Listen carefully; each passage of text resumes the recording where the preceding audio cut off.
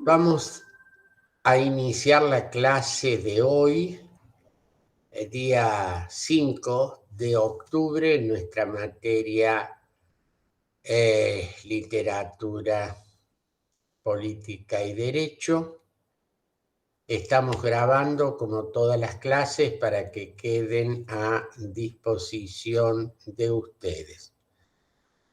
Les he recordado antes del inicio el día que será el parcial, 12 de octubre, en el horario de clase, en el aula 31. Como el parcial va a ser a libro abierto, les reitero que pueden tener en su poder y llevar el material tanto en el soporte digital cuanto en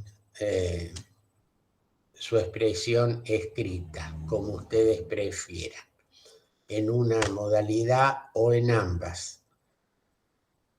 El parcial tiene 2 horas de duración, el horario de clase entre las 8 y las 10, es escrito y presencial, reitero, en el aula 31. Tendremos allí la oportunidad de vernos, de conocernos y o reconocernos en esta forma combinada, clases online y examen presencial. Me parece que es una buena medida, vamos a tener oportunidad de conocernos, de vernos y de intercambiar algunas palabras. En la clase de hoy quiero comentarles algunos de las varias cosas que he subido en el grupo de Facebook. Si ustedes han podido verlo, y si no lo verá ahora, he subido en primer lugar algunos comentarios de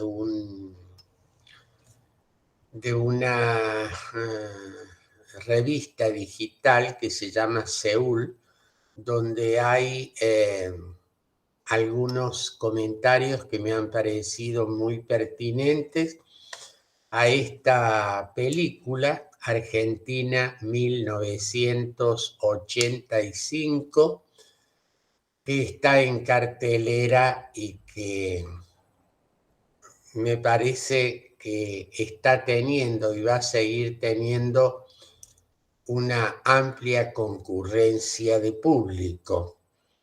El sentido de haber puesto esos comentarios y algunas otras cosas que voy a decirles ahora es, por un lado, porque este texto cinematográfico, Argentina 1985, a mi juicio con una excelente calidad cinematográfica y una mirada muy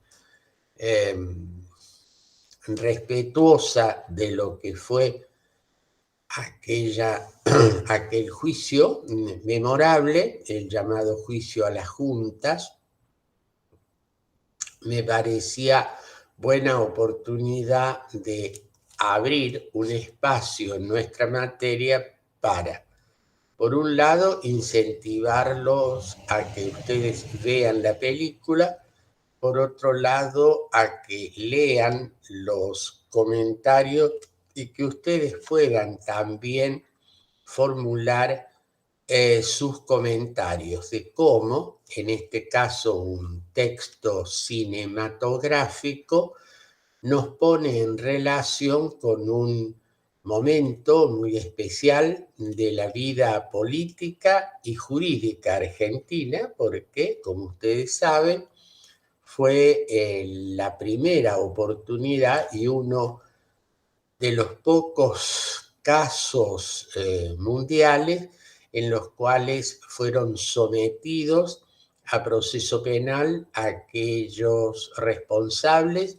de una serie de hechos contrarios a la ley y contrario a las más elementales prácticas humanitarias en la historia argentina. En este sentido, esto guarda correlación con otros juicios. Les he puesto también allí en el grupo de Facebook,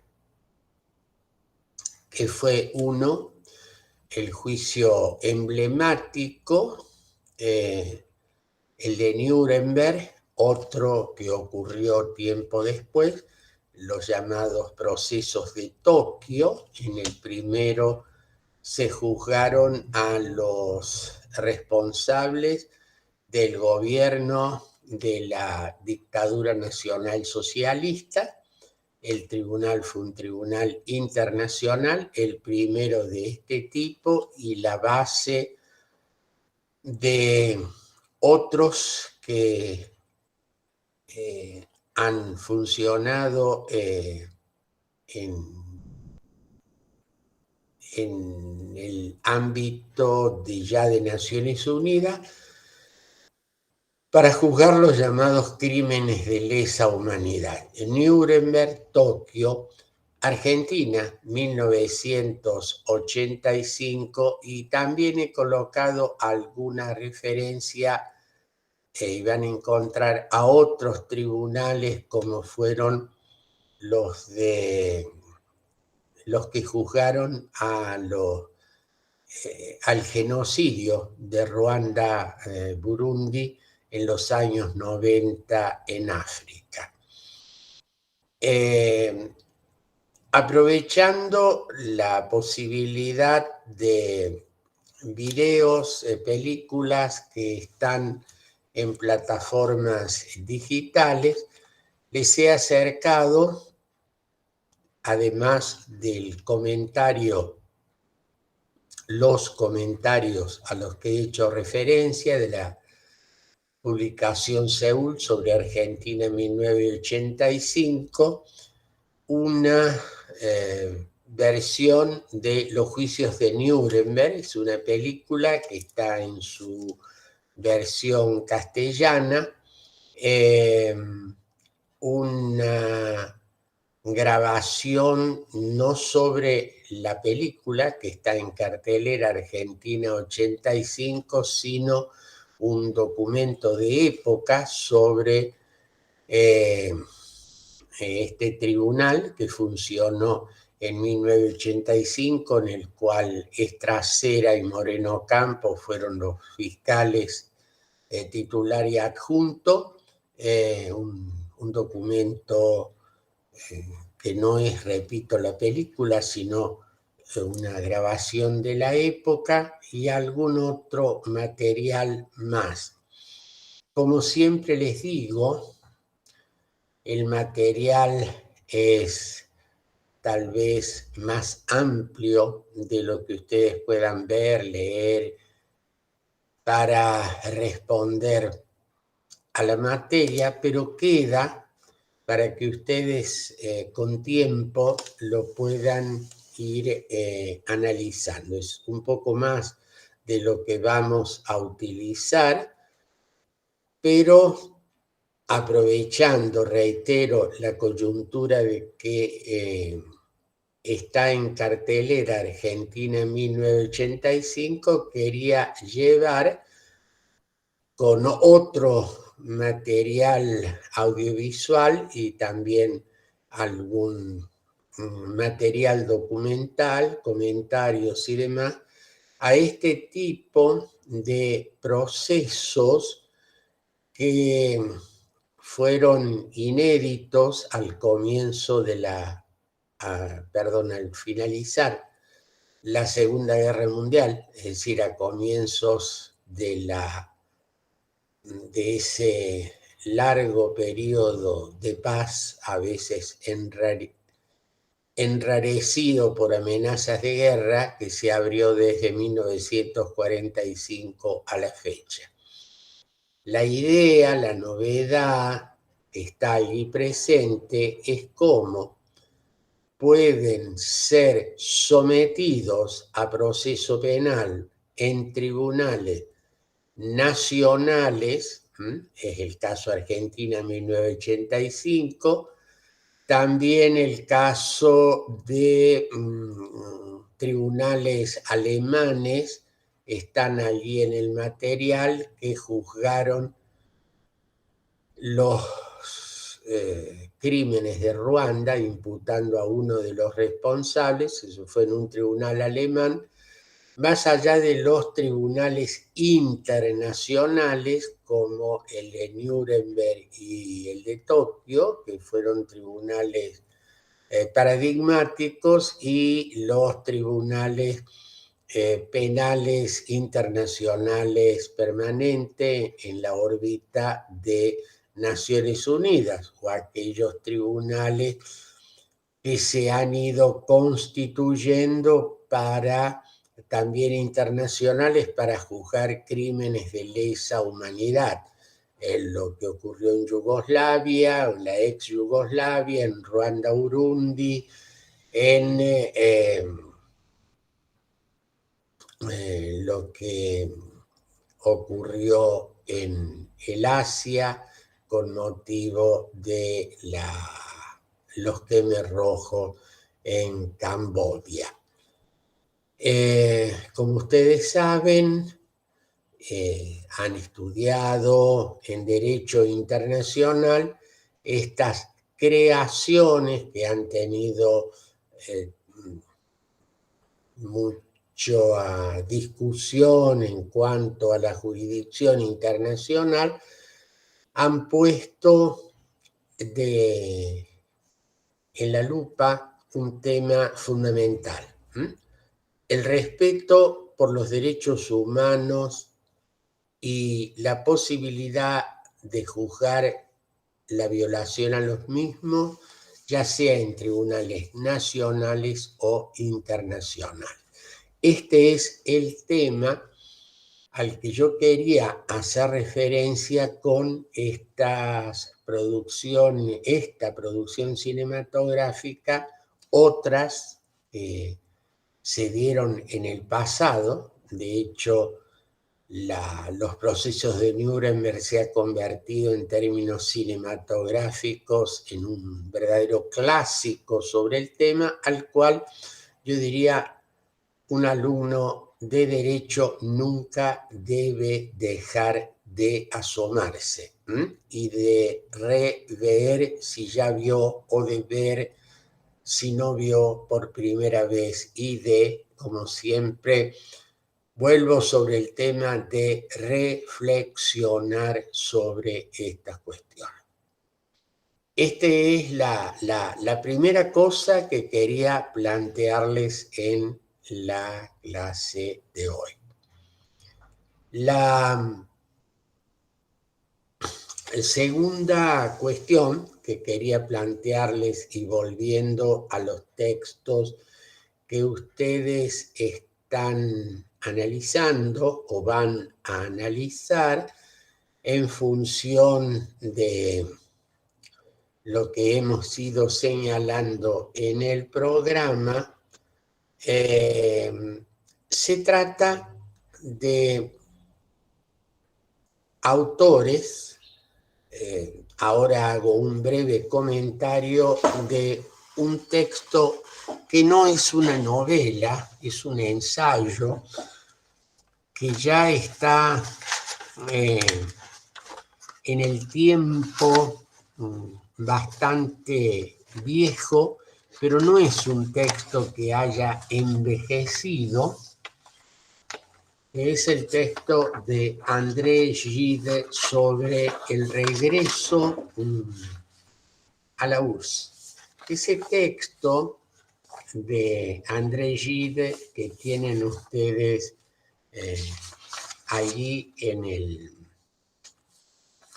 el grupo de Facebook, plantea una descripción y una, fundamentalmente, subrayo esta palabra, una denuncia de un régimen totalitario. ¿Qué tiene de particular el texto de André Gide? regreso a la URSS. Cuando este autor francés, que se había proclamado simpatizante de las ideas comunistas y que era un admirador a distancia desde Francia de lo que estaba ocurriendo en esta primera experiencia histórica. Ustedes saben que las ideas de Marx y Engels, retomadas por Lenin, fueron llevadas a la práctica a partir de la Revolución de Octubre de 1917, en la que se pone fin al régimen de los zares y tras una breve experiencia intermedia entre el régimen zarista y lo que iba a venir, se instaura eso que en la literatura marxista era el momento inicial de la transformación, que era la dictadura del proletariado. Este había tomado el poder y el Partido Comunista, que era, según la expresión de Lenin, la vanguardia del proletariado, iba a iniciar la dictadura, que en lugar de ser la dictadura del proletariado, fue la dictadura del partido, y que a poco de la muerte de Lenin, su sucesor, Joseph Stalin, se convirtió en una dictadura personal, la dictadura del camarada secretario general, que instauró durante un largo periodo este gobierno que en nombre del partido, en nombre del proletariado, utilizando al partido único como instrumento, impuso una dictadura personal.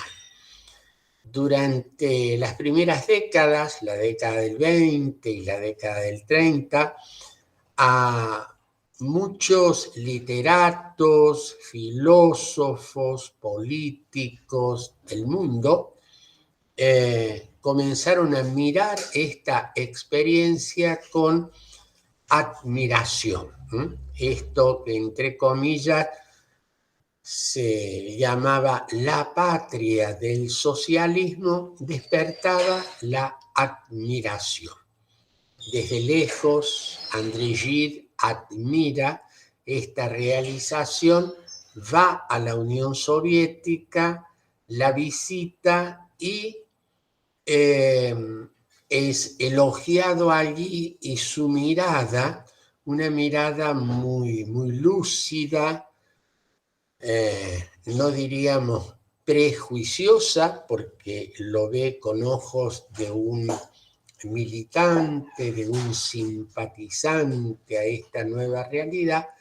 A su regreso de la URSS comienza a darnos una mirada crítica de aquello que le produjo una gran desilusión y que impactó a muchos pensadores de su época. Tal vez el último gran superviviente de esta época, que acaba de cumplir sus primeros 101 años y que es el padre del pensamiento complejo, Edgar Morin. Edgar Morin es un francés como Gide, que también se decepcionó como Gide de aquello y que fue un crítico muy lúcido del totalitarismo comunista. Bien, Gide, que luego fue, como ustedes saben, premio Nobel, un hombre muy respetado en los ámbitos literarios y filosóficos, muy criticados por aquellos que se sintieron, entre comillas, traicionados por Gide. Bueno, este texto me parece uno de los textos de denuncia de ese régimen totalitario ubicado luego de las 2 primeras décadas de funcionamiento. Hay otros textos, novelas que ustedes han leído o van a leer, que tienen esta función de describir y denunciar los regímenes totalitarios.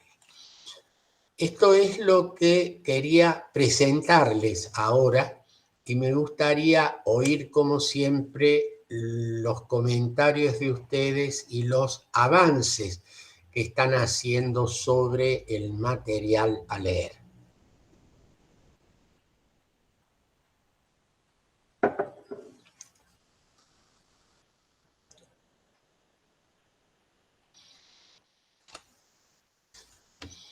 De lo que ustedes han leído o están leyendo hasta el momento, ¿qué comentarios pueden hacer?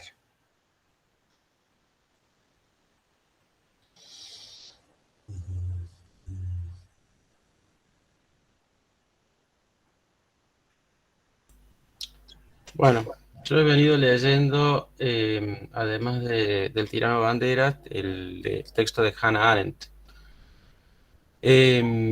Había comentado en la oportunidad anterior que, bueno, es un texto que requiere varias lecturas para poder tener una noción del mismo, pero básicamente trata sobre el concepto de la verdad. Según Hannah Arendt, la verdad se caracteriza por tener un cierto elemento coactivo. Es algo que está más allá de cualquier acuerdo o consenso. Es decir, por ejemplo, que la suma de los ángulos internos de un triángulo son 180 grados, es una verdad que se impone y está más allá de cualquier tipo de acuerdo, consenso o debate. La verdad es aquello que se impone de alguna manera. Después, Hannah Arendt hace una subclasificación de la verdad en la verdad de 2 tipos: la verdad de razón y la verdad de hecho o fáctica. Antes de ingresar en ese concepto de verdad de razón, verdad fáctica, la autora recapitula el concepto de verdad en autores como Platón, por ejemplo. Y básicamente de la tradición filosófica con respecto a la epistemología, concretamente de la nociología en este caso, de la teoría del saber, y distingue la verdad del filósofo de la verdad del ciudadano. La verdad del filósofo es una verdad permanente que habita en este topos puranos platónico, mientras que la verdad del ciudadano es una verdad mutable, es una verdad cambiante que se apoya en la opinión y el número. Y justamente la autora va a vincular esa verdad, la verdad mutable, la verdad del ciudadano, la verdad del número, como la base del poder político. La verdad de razón, esa verdad organizada en forma de axiomas, teorías, descubrimientos, se refiere al hombre en su singularidad. Es una verdad apolítica, es una verdad de uno, apoyada en principios trascendentes. Es la verdad filosófica, es la verdad que vemos en los tratados de filosofía, es la verdad que vemos al momento de estudiar las concepciones de nociología a lo largo de la historia. Pero la verdad de hecho, la verdad fáctica, la verdad que nos dice la capital de Argentina es Buenos Aires. Esta es una verdad de hecho, una verdad fáctica, no es una verdad axiomática basada en la razón. Es una verdad contingente. Tranquilamente la capital de Argentina podría ser otra ciudad. Es una verdad vinculada a otros con los cuales vivimos, y vivimos no solamente en un sentido presente, puede ser en un sentido pasado también. Es la verdad basada en los testimonios, los registros, los hechos en definitiva. Y la autora lo que dice es que esta verdad se puede falsear.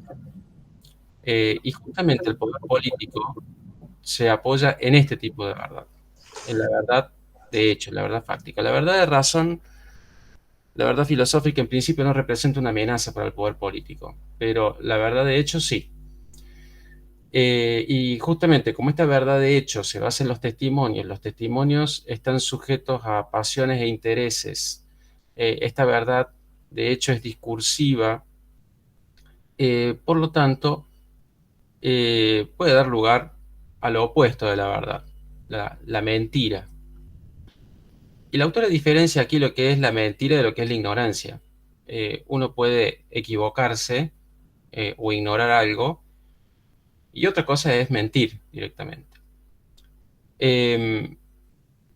Por ejemplo, en el texto la autora menciona que a Clemenceau, que había sido este presidente francés, le preguntaron en una oportunidad, en un debate, en un intercambio que tenía con un historiador alemán, quién tenía la culpa de la Primera Guerra Mundial.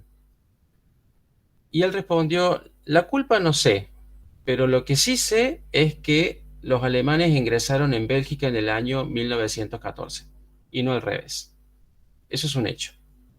Eh, entonces, eh, establecer quién tiene la culpa sería una cuestión susceptible de ser debatida, opinada, no es una verdadera razón. Eh, pero para que esta opinión sea legítima, dice la autora, tiene que apoyarse en los hechos. Y el hecho es que fue Alemania la que ingresó a Bélgica y no al revés. Si esa opinión, que es la base del poder político, se basa en hechos que son falsos, entonces el poder político estaría alterando la realidad. La mentira a la cual recurre el poder político, en definitiva, lo que hace es poner en peligro la realidad. Porque la mentira termina convirtiéndose en lo real. A partir de aquí, la autora hace un raconto del concepto que ha tenido la mentira y su uso por parte del poder político desde el pensamiento antiguo hasta la actualidad. Y mientras iba leyendo ese texto, iba pensando en la novela 1984 de George Orwell, una novela de ciencia ficción distópica ubicada en un futuro hipotético donde un gobierno totalitario controla a toda la población, en lo que se denomina la figura del gran hermano. Una sociedad completamente hipervigilada, a través de cámaras, a través de espías, y donde el personaje central trabaja en una especie de departamento burocrático encargado de controlar los hechos del pasado. En algún momento del libro se dice, quien controla el pasado controla el presente. Entonces, en este departamento lo que hacen es ir alterando los periódicos, los libros de historia, los registros, y eso va impactando la concepción que la población tiene en la actualidad sobre la realidad en la que vive. Entonces, a partir de la alteración de los hechos, esto de cambiar en todos los libros quién fue el que invadió primero, hace que, por ejemplo, toda la población esté de acuerdo con el estado de guerra que se vive en ese momento. Eh, de repente, también pensaba de qué manera lo que sostiene la autora, que escribe esto en fines de la década del 60, me parece, se vincula con el actual concepto de la posverdad. Eh, de qué manera en la actualidad, en los medios de comunicación y en los últimos años en las redes sociales, la mentira se convierte en verdad. Leemos cualquier estupidez publicada en redes sociales, nos llegan mensajitos de texto al celular diciéndonos está ocurriendo tal cosa, no verificamos absolutamente nada, no hay pensamiento crítico en lo más mínimo, y creemos que todo eso es verdad. ¿Por qué? Porque lo vi en Facebook, porque lo vi en Twitter, porque lo dijeron en la tele. Eh, y a partir de esa concepción, tomamos decisiones, pensamos y actuamos en consecuencia. Así que me pareció bastante interesante cómo Hannah Arendt de alguna manera visoraba hace casi 50 años la situación que vivimos en la actualidad. A mí personalmente me ha ocurrido por ahí leer alguna noticia, considerar que lo que se decía ahí no me cerraba del todo, estudiarlo un poco y cuando lo quise hablar con alguna persona, inmediatamente fui tildado de o aburrido o fanático o no querer ver las cosas como son. Y lo que yo estaba haciendo era citar distintos libros de historia o directamente irme a la fuente primaria. Eh, entonces, no sé, por poner un ejemplo, 70 años de peronismo. Porque los 70 años del peronismo, los 70 años del peronismo, a ver, contemos cuánto es 2022 menos 70 y cuántos gobiernos peronistas hubo desde ese entonces hasta la actualidad y veamos si nos da 70. Y la verdad que no nos da 70. ¿De dónde surge el número 70? ¿Por qué 70? ¿De dónde surge esta construcción? Este, primero, ¿por qué ese número? Y segundo, ¿por qué esa concepción de homogeneidad a lo largo de la historia argentina que no existió nunca? No hubo homogeneidad. Este, eh, y bueno, con vos no se puede discutir porque no querés ver la realidad. Te estoy trayendo un listado de todos los presidentes argentinos que hubo. ¿Mm? Si sacamos la cuenta, en el siglo XX hubo no más de 20 años de democracia en este país. Tenés del 16 al 30, después viene toda una serie de gobiernos fraudulentos, dictaduras militares, tenés los del 46 al 55, el gobierno de Perón, después viene de nuevo todas dictaduras, gobiernos fraudulentos, un pequeño interregno ahí de Frondizi y Ilia, otra vez dictaduras militares y demás. ¿De dónde viene lo de los 70? Y después lo que pensaba es, hablando de esto del eufemismo, esto es una concepción mía, ¿no? Cuando alguien en este país dice los 70, creo que piensa en la década del 70 y una de las décadas más violentas que vivió nuestro país. Está asociada a la dictadura cívico-militar, a las guerrillas terroristas, a una época donde absolutamente nadie creía en la democracia o en el diálogo o en el respeto de las instituciones. Eh, Quienes estaban en contra de la democracia podía ser o porque eran de una derecha fascista o porque eran de una concepción más radical de izquierda que consideraba la democracia como un reducto de la burguesía. En ninguno de los casos se consideraba como vía de solución para nada. Eh, y cuando alguien habla justamente de los 70, me parece que hace referencia a esa época tan oscura que terminó en una catástrofe absoluta y que, bueno, de alguna manera se vincula con lo que hablaba usted al principio de la clase. Vamos a terminar en 1985 juzgando a la cúpula militar y si bien, bueno, fue un granito, ciertamente, haber tenido que llegar a esa instancia, este, en fin, y todo esto a partir de justamente preguntarme de este eufemismo, de esta postulación de un hecho que en realidad no es tal, de una realidad fáctica fingida, que es los 70 años de. ¿Qué es lo que se oculta cuando se dicen ese tipo de frases? Me parece que todo esto que acabo de mencionar, simplemente como un ejemplo, de estos hay montones, montones de frases, eufemismos y maneras de tapar la realidad a plena vista, porque eso es otra cosa que también menciona la autora. La peor mentira es la que emplea el lenguaje para tapar a plena vista lo que sucede. A diferencia, dice la autora, de los totalitarismos donde se persigue y se oculta la realidad por la fuerza, la, la peor de las mentiras es la que justamente manipula la información para dejar eh, la mentira a la vista, pero tomado como una verdad. ¿Mm? Y todo esto, insisto, me sorprende que lo pueda haber analizado la autora sin saber lo que era Facebook, Twitter o los medios masivos de comunicación como los conocemos hoy.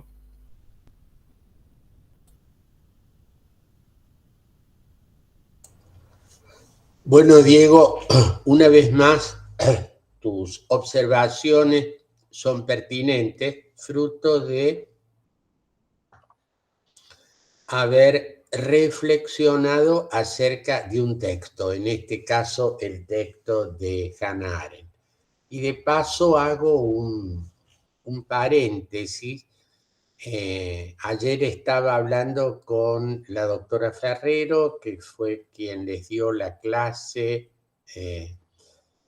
la semana pasada, quien me transmitió el gusto que había tenido de estar con ustedes y que le había sorprendido gratamente como alumnos de Derecho y no de Literatura, su ámbito es la literatura, había podido reflexionar sobre textos literarios con mayor soltura que en su propio ámbito específico, estudiantes de literatura. Así que se había sentido muy a gusto con ustedes y no quería dejar de transmitirles esta impresión, que por otra parte me alegró mucho, como todos los días que tengo clases con ustedes, algunos un poco más locuaces, como el caso de Diego, a quien estoy casi a punto de entregarle la titularidad ad honorem de esta materia opcional. Digo, pero es un gusto poder compartir con ustedes este espacio que es un espacio de reflexión. O sea, cierro el paréntesis. Volviendo al tema que había planteado Diego en su comentario de este texto que todos ustedes han leído y o van a leer, de Hannah Arendt. Indudablemente que Hannah Arendt fue una mujer extraordinaria en su percepción, su capacidad de análisis, su capacidad de denuncia, a partir de esa vida personal de ella, que estuvo marcada, como les conté, por una experiencia personal, alumna de Martin Heidegger, enamorada de Martin Heidegger. Martin Heidegger en las antípodas vitales de lo que ella era. Martín se comprometió, hasta hoy se discute con qué grado de pertenencia al régimen nacionalsocialista, que persiguió buscando exterminar a los judíos. Hannah Arendt, que era judía, que tuvo que exiliarse, su reencuentro posterior en Estados Unidos con Martin Heidegger, la cobertura de este juicio emblemático que fue en el proceso de Jerusalén con Eichmann, que fue capturado en la Argentina. Sí, Hannah Arendt fue una mujer emblemática, problemática, que vivió en carne propia todo este juego de mentiras, verdades negadas, traiciones y demás. Pero es muy importante, y seguramente cuando ustedes lo oían a Diego y cuando lean a Hannah Arendt y otros textos, puedan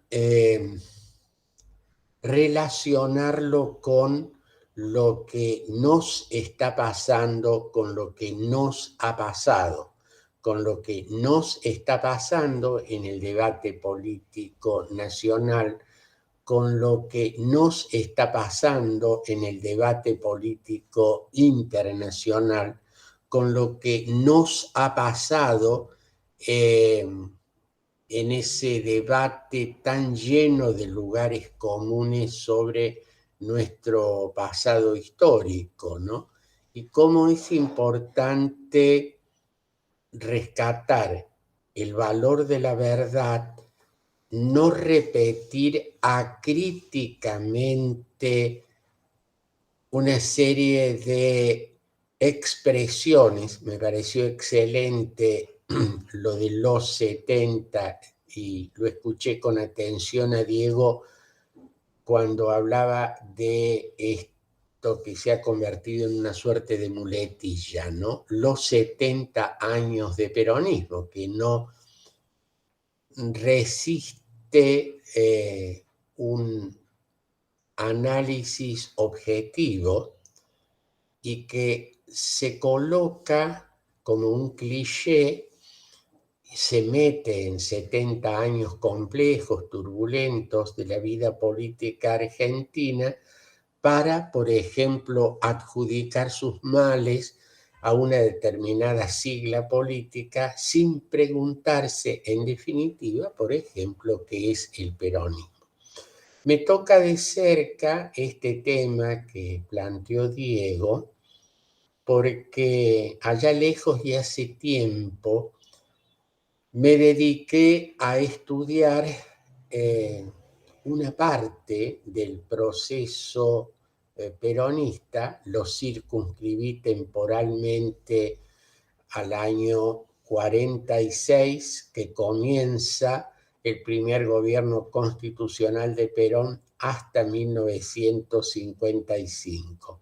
Y ese estudio, que fue mi tesis doctoral, se publicó luego con un título, El régimen peronista, que tuvo bastante difusión y que ha sido motivo de análisis y de cita por autores argentinos y extranjeros. Y entonces, claro, cuando yo escucho estas simplificaciones, me pregunto de qué estamos hablando. Si aquello que pasó entre el 46 y el 55 es lo mismo que con ese nombre o nombre parecido aparece hoy, yo sostengo que es algo distinto y que nuestra historia es más compleja, que hay muchas cosas que se omiten, que se niegan, que se hacen aparecer como que no fueran, ¿no? Volviendo al tema de la película, Argentina en 1985, ustedes van a ver en alguno de los textos de comentarios cómo en un momento relativamente cercano a nosotros, un presidente argentino, se refiere al expresidente Kirchner, en un momento dado dijo en una suerte de pedido de perdón que no se había hecho nada hasta el momento en que él llega a la presidencia en esta materia, omitiendo, es decir, como si no hubiera existido aquello que bajo el gobierno de Alfonsín fue el juicio a las juntas militares, o sea, algo que existe pero que se dice que no existió o no se lo nombra, y acá viene este famoso juego de esta media verdad o esta mentira que se hace pasar por verdad y cómo impacta en la vida política. También me parece muy importante esta referencia a este mundo tan fascinante, tan complejo y contradictorio que son las llamadas redes sociales, en las cuales cada uno de nosotros recibe diariamente, seguramente en este mismo momento que estamos hablando nosotros, algunos de los alumnos de esta clase con su móvil, como le llaman los españoles, con su celular, puede recibir, puede aceptar como evidente algo que ha ocurrido, que está ocurriendo y en realidad no existe o no es como se dice. Y entonces la gran pregunta que nos tenemos que hacer cada vez que recibimos, por ejemplo, una información que leemos fundamentalmente de esta manera anónima, en las redes sociales, en las que leemos, vemos algo y decimos esto sucedió.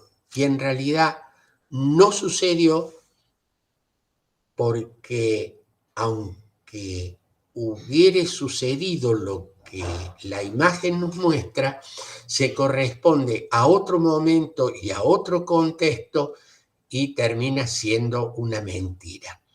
Hay algunos ejemplos de esto en las redes sociales que me parece importante, por eso me detengo con la observación que hizo Diego hace unos momentos, en la importancia y el valor de la verdad. Es decir, que nos hagamos esta pregunta frente a lo que vemos, a lo que recibimos, a lo que leemos.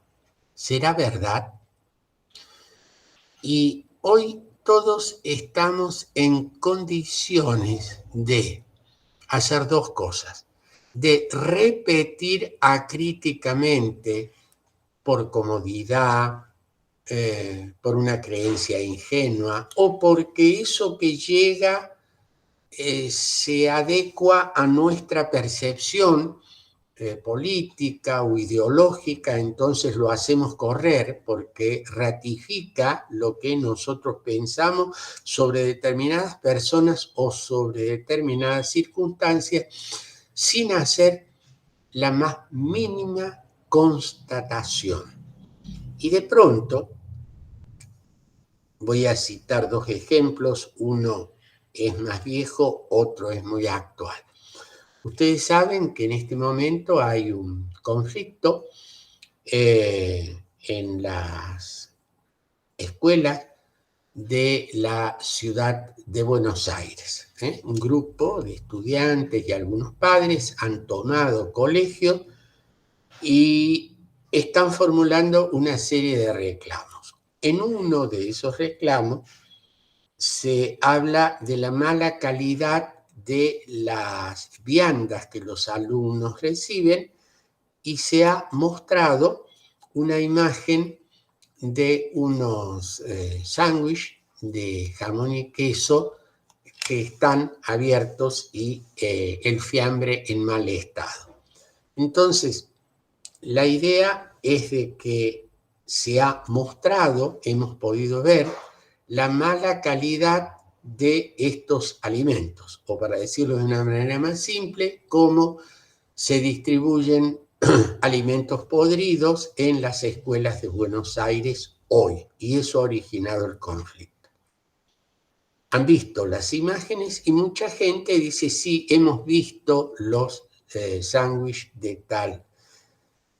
A poco de andar, con alguien que se preguntó, ¿será cierto, será verdad? Se encontró que estas imágenes no se corresponden al año 2022, el mes de septiembre y octubre, donde está transcurriendo el conflicto, sino imágenes de hace 2, 3 o más años que ya habían sido difundidas y que se correspondían con otros colegios que no eran los de la ciudad de Buenos Aires, sino eran de la provincia de Buenos Aires, y ustedes saben que cambiar de jurisdicción en estos últimos años tiene un sentido político impactante. El signo de la provincia de Buenos Aires es distinto al signo político de la ciudad de Buenos Aires, y si algo que está mal, real o presuntamente, se lo ubica en un escenario, aparece como condenatorio de ese escenario, y si se lo ubica en otro escenario, pareciera que no puede ser. ¿Qué es lo que ha ocurrido? Ese es un ejemplo. El otro ejemplo es de un conflicto de maestros que se dio hace, no sé, alrededor de 5 años en la provincia, en la Argentina, más precisamente, o el grueso de ese conflicto transcurría en la provincia de Buenos Aires. Hubo marchas a nivel nacional, etcétera, y de pronto apareció una mujer golpeada, y esa imagen de esta mujer tirada en la calle, golpeada, se, comillas, correspondería con una marcha en la que una docente había sido agredida por las fuerzas policiales y había quedado tirada en la calle. Esta imagen pretendía decir que había existido una actitud represiva, ilegal, frente a una legítima marcha de protesta de docentes que estaban en conflictos por los sueldos bajos y las malas condiciones laborales. A poco de andar, se señaló como esta imagen, que se ubicaba en Argentina, Buenos Aires, no recuerdo si 2016, 17 o 18, era en el anterior gobierno nacional, en realidad la imagen era veraz, pero había un pequeño detalle. La golpeada no era una maestra argentina, era un hecho que había ocurrido años atrás en una manifestación contra el régimen de Maduro en Venezuela, Caracas, donde esta mujer había sido golpeada. Esas imágenes se traspolaron y la caraqueña golpeada en una manifestación contra el régimen de Maduro terminó siendo, entre comillas, una maestra víctima de la represión gubernamental en una ciudad argentina. Estos dos hechos que acabo de recordar muestran la veracidad de lo que nos decía Diego hace un rato y lo que Hannah Arendt planteaba acerca de la verdad y la necesidad que tenemos como ciudadanos de buscar, más allá de la dificultad que esto plantee, de la verdad, tratar de corroborar, de buscar adecuada información, de no sumarnos a la repetición acrítica de un determinado hecho supuesto, de una determinada autoría. Claro, yo sé que esto no es fácil, sé que muchas veces podemos incurrir en errores, pero me parece que una buena recomendación es no repetir sin verificar, sin constatar y en caso de duda, no sumarnos a eso que se llama la viralización. Dice, tal cosa se hizo viral, tal cosa no se hace viral porque sí, sino porque una, varias o miles de personas repiten, retuitean, reenvían aquello que han recibido y que por ingenuidad, por postura política, por conveniencia, creen que es verdad, lo hacen circular como verdad y en realidad no es tal. Esto me parece que es muy, muy importante y que esto está en la raíz de los procesos que estamos viviendo hoy en nuestro país y en el mundo. ¿Algún otro comentario que ustedes quieran hacer sobre esto?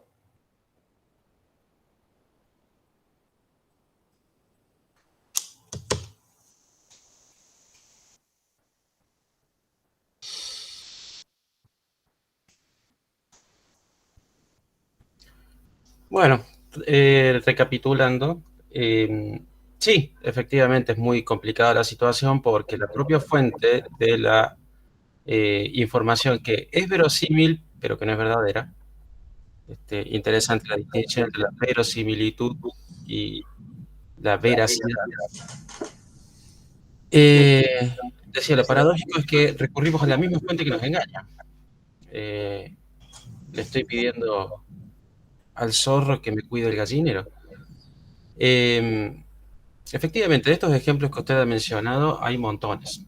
Hace días atrás, por ejemplo, cuando terminó esta misa que se celebró por el atentado de la vicepresidenta, circularon imágenes de una organización dentro de la iglesia, de la Basílica de Luján, donde estaban con bombos, en una onda carnaval, como si fuera con todo el ritual de la unidad básica dentro de la catedral de la Basílica de Luján.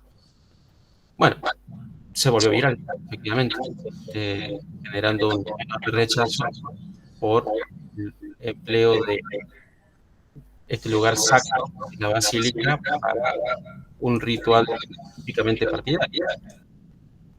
Y después, la propia fuente, que es la televisión, decía, en realidad estas imágenes son de hace varios años atrás, no son de una agrupación peronista, sino que es una propia agrupación católica que celebró dentro de la iglesia un, un acto en, llamémosle, forma de agradecimiento, porque esta organización católica se dedicaba al tema de las adicciones y todos los que estaban ahí, de alguna manera, estaban celebrando los logros obtenidos por esta organización. Lo que pasa es que, bueno, realmente toda la liturgia era muy similar a la que uno puede ver dentro de una unidad básica. Entonces yo pensaba, qué tremendo cómo uno a la mañana ve una noticia, se indigna, llega el mediodía, la propia fuente que te engañó te pone otra fuente, te dice, no, pero en realidad viene de acá. ¿Y qué me garantiza que a la noche no me digan, no, en realidad está filmado en Zimbabue y fue hace 100 años? Y se lo van a creer. Y, y insisto, parece calcado de esta novela de 1984, donde todos creía en algo, aunque sea contradictorio. Una de las cosas que analiza Orwell en esa novela, 1984, es lo tremendo que era creer en cosas opuestas, creer en cosas completamente contradictorias al mismo tiempo y sin percatarse de que es absolutamente contradictorio. En la novela de 1984, el contexto de la historia es un país que está en guerra con otro, y todos odian a ese país enemigo. Y al cabo de un par de meses resulta ser que ese país enemigo se convierte en aliado. Y todos salen a las calles a manifestar su amor por ese aliado incondicional que los acompaña en su lucha. Y la semana pasada era el enemigo mortal. Eh, Realmente es una situación muy, muy compleja, ¿no? Porque nuestra principal fuente de información en la actualidad justamente son los medios masivos. Eh, ¿Qué se puede hacer al respecto? Sí, efectivamente, tener una actitud crítica sería lo óptimo, pero ¿cómo llegar ahí? Eh, es extremadamente complejo. No, no veo la forma. Yo sinceramente no lo veo. Yo soy muy ya, cínico, descreído de que se pueda lograr. Por lo menos en estas condiciones, en este contexto, en esta realidad en la que vivimos hoy. Eh, no tengo fe, no tengo esperanza y no creo que esto cambie. También tengo una muy mala posición, por llamarlo de alguna manera, al respecto.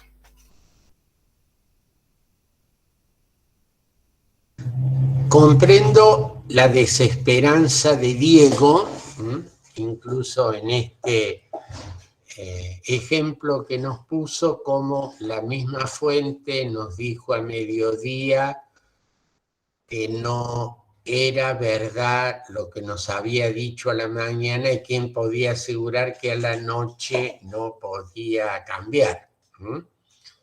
Yo creo que hay muchos elementos para ser pesimista, pero tal vez yo me defina a mí mismo como un animal optimista.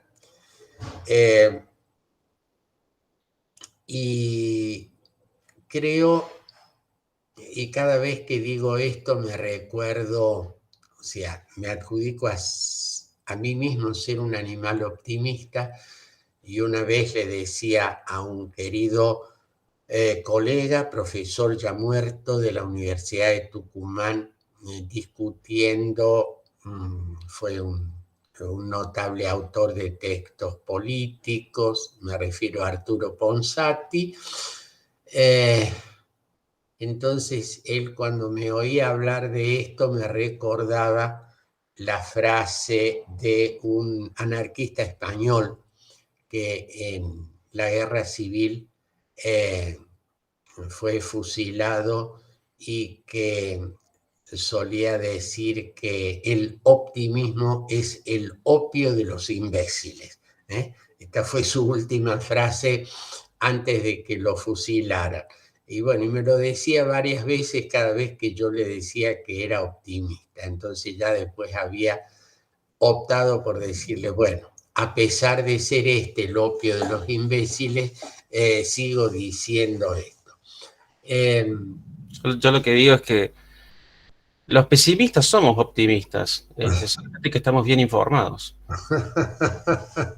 Bueno, pero quiero decir esto, que si nosotros no aceptamos todo lo que nos llega de primera mano y de primera impresión, y entonces rápidamente viralizamos, repetimos, me parece que estamos siendo parte del problema. Yo cada vez que recibo a través y diariamente de grupos, alumnos, amigos, bases de datos, me llegan informaciones de las más variadas, Parto del principio de la desconfianza, es decir, no acepto que lo que me llega sin algún tipo de análisis sea verdad. Y trato de hacer una selección. Primero, teniendo en cuenta ciertos precedentes, es decir, esa credibilidad, la fuente de dónde vino. Días pasados, mejor dicho, meses pasados en plena pandemia, ustedes saben que era habitual recibir, estábamos encerrados, atentos a cuánta información había, mucha información contradictoria, más cuando comenzaron las vacunas, que sí, las vacunas tal, que sí, no. Y un querido amigo, que paradojalmente es un ser muy, muy bueno, yo diría hasta inteligente, no sé si por efecto de la pandemia o que se ha dedicado a repetir cuánta noticia horrenda hay sobre la posibilidad, las vacunas, la mentira de él. Entonces, permanentemente me enviaba cosas y yo le decía, ¿de dónde ha sacado esto? Y él me decía, es una fuente confiable. ¿Y qué entendía él por fuente confiable? Que se lo había mandado una persona amiga en la que él confiaba. Pero esa persona no era la que había originado, sino había enviado la información que a su vez venía de otro y que en general era, era un gran macaneo. Entonces, esto de la fuente confiable, es decir, así como a los periodistas les exigimos chequear la fuente, al ciudadano común, es decir, a nosotros, nos está exigido que hagamos por lo menos un mínimo de chequeo y que tengamos una mirada lo suficientemente crítica y aguda, por lo menos para no repetir alegremente tonteras. Bueno, yo creo que esto es un buen comienzo. Sí, es real y es paradojal que en un mundo en el que tenemos tanta información podamos estar tan desinformados de una manera muy, a veces sutil, a veces no, no tan sutil. A veces nos encontramos con que una misma persona dice cosas tan distintas, con poca diferencia de tiempo, y uno se pregunta, ¿no tendrá conciencia esta persona que esto queda registrado? ¿Qué grado de credibilidad puede tener para futuras cosas? Y mucho más, si esa persona es, por ejemplo, un dirigente político, un funcionario público, un docente universitario, es decir, alguien que tenga un cierto grado de respetabilidad funcional y cómo, cuánto daño puede hacer. Pero Tal vez sea más fácil, alguno diría, bueno, no cuestionarse tanto acerca de la verdad, pero no, yo creo que sí debemos preguntarnos, sí debemos cuestionarnos, sí debemos analizar, sí no debemos repetir acríticamente cualquier cosa. Y tenemos que tratar de dar razones y de escuchar razones de cosas que nos gustan y cosas que no nos gustan. ¿Mm? En ese sentido, o sobre esa base, radica mi optimismo. Pero comprendo el lúcido pesimismo de Diego. ¿Mm? No sé si alguno de los otros alumnos quiere agregar algo a esto que estamos tratando de plantear. ¿Mm?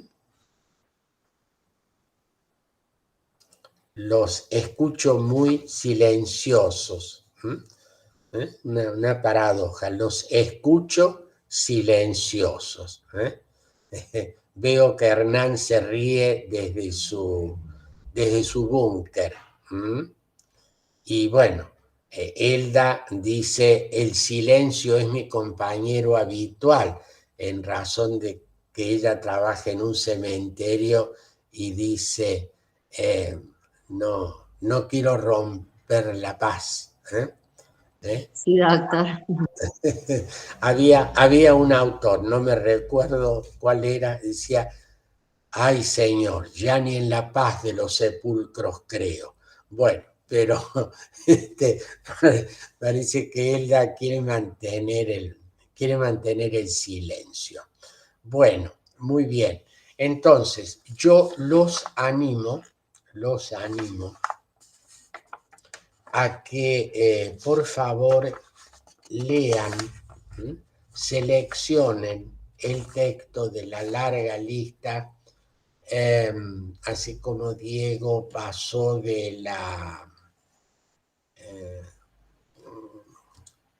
Tirano Banderas y ahora está leyendo este ensayo de Hannah Arendt, a los demás que por favor no dejen de elegir, leer y pensar.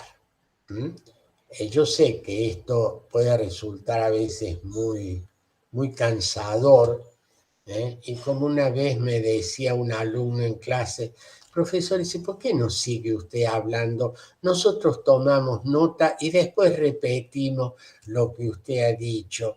Y no siga insistiendo con esto de hacernos pensar, porque es mucho trabajo. Nosotros no hemos venido a pensar, hemos venido a estudiar nada más, bajo esta concepción que estudiar es repetir lo que el profesor dice para que el profesor no se vaya a enojar o no nos vaya a poner una baja nota.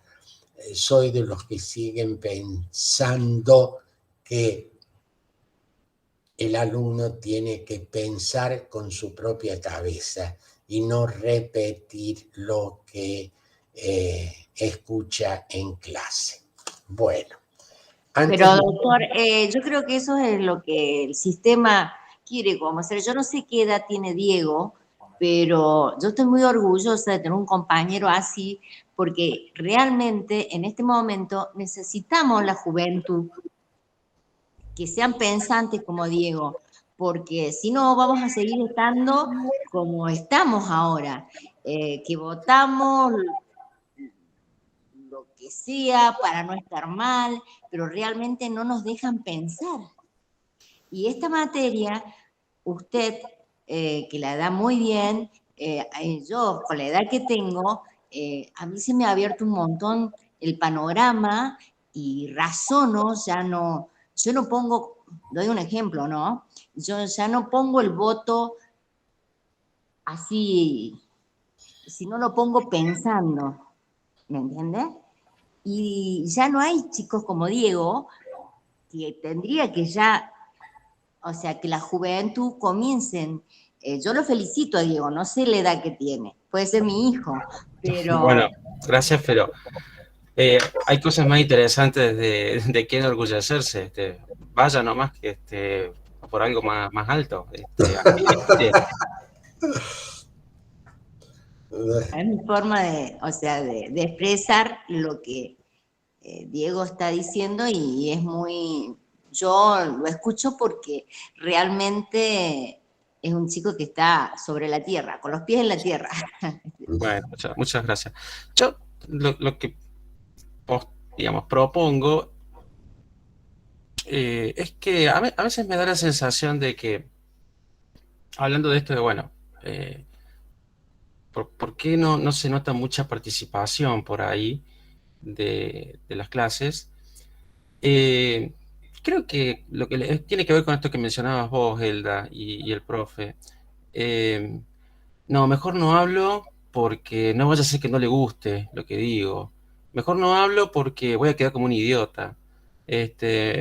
Mejor no hablo porque, no sé, voy a decir una tontera. Y me parece que no, me parece que se pueden sacar cosas muy interesantes justamente a partir de comentarios que van surgiendo. Eh, yo reconozco que, bueno, sí, me interesa el tema de la lectura, pero creo que las reflexiones más interesantes son justamente cuando empezamos a charlar, empezamos a hablar. Eh, no, creo que no debería estar ese prurito, ese temor de no voy a hablar de esto porque no es lo que estuvieron hablando en clase o tengo miedo de que de repente lo que voy a decir no, no sea riguroso. Eh, Creo que justamente hemos sacado reflexiones muy interesantes a partir de ver frases de la vida cotidiana. Hemos analizado este tema de los clichés, las cosas que vemos cotidianamente en la tele. Creo que todos podemos participar eh, contando un poco qué es lo que vemos habitualmente y sin ningún temor.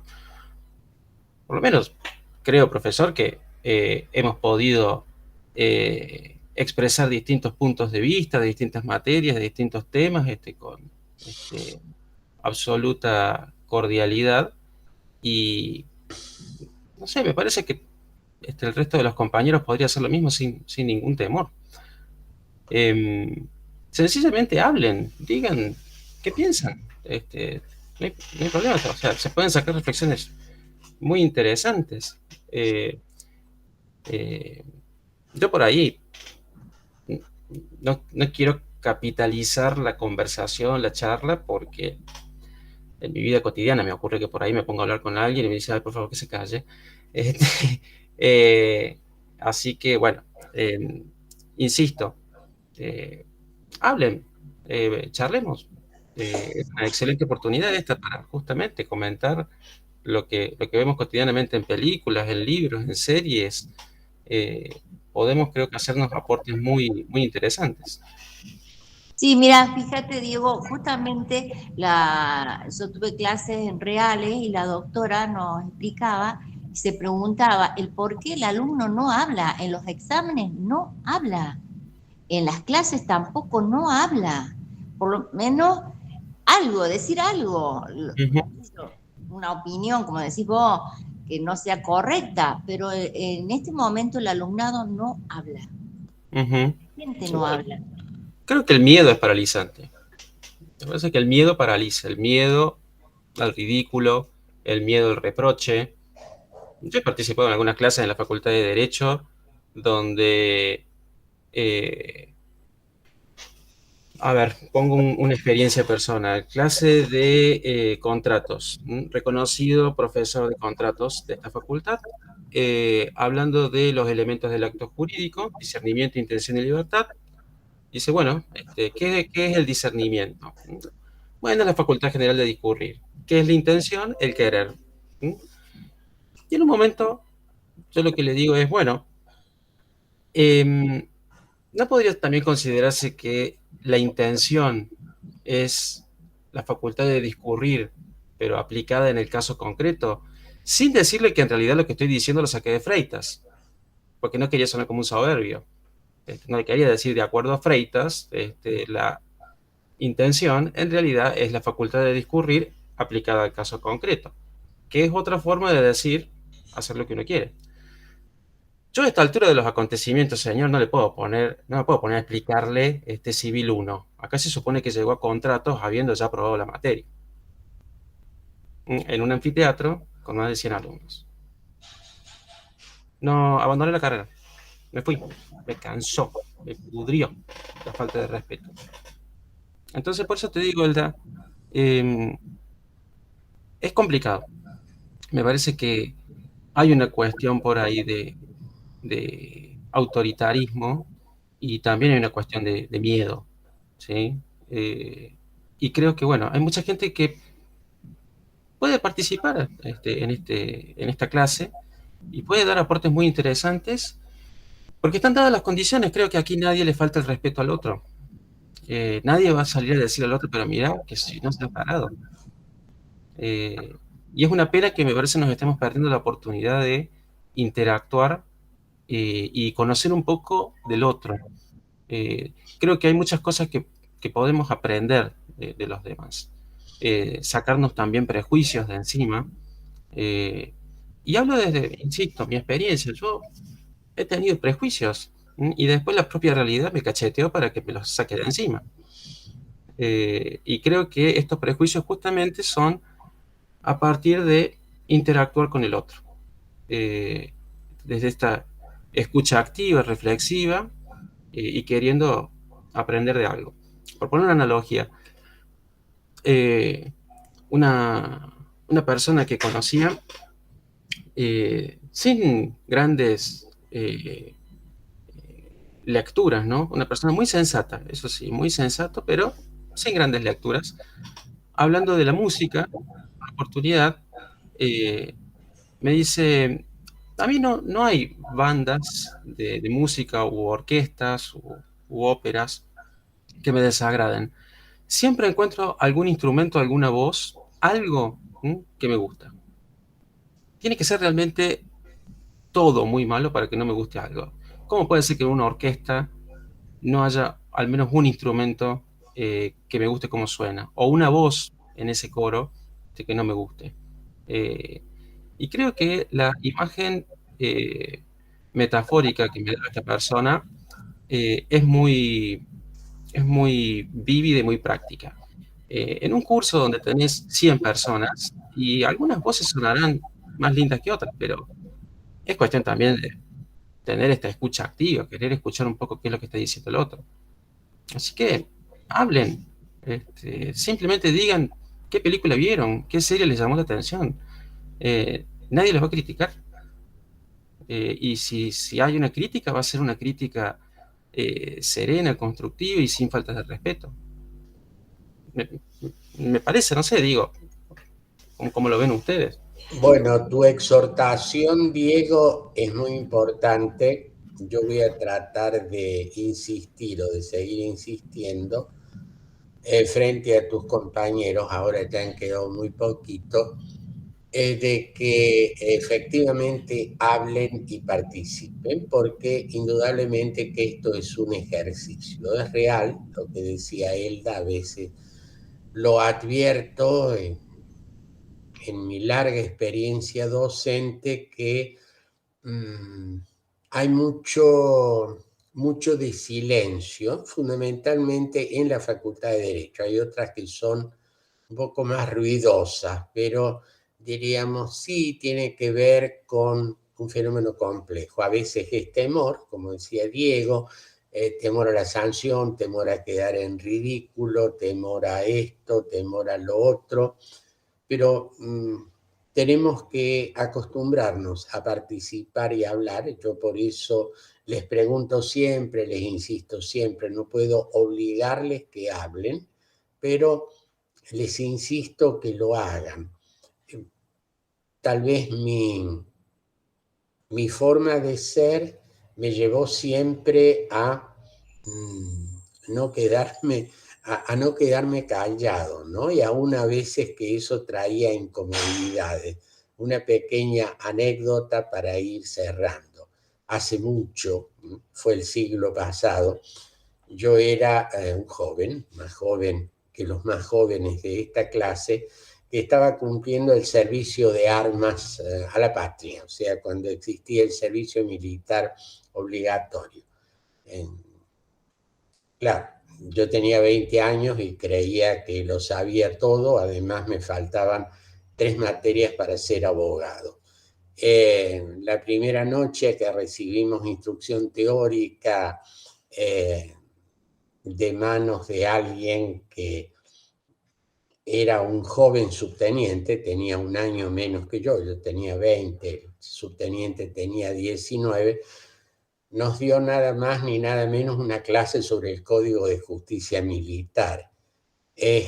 Cuando terminó y preguntó, ¿hay alguna pregunta, algo no han comprendido? Pues yo, que era en aquel momento el Diego de la clase, dije, sí, yo,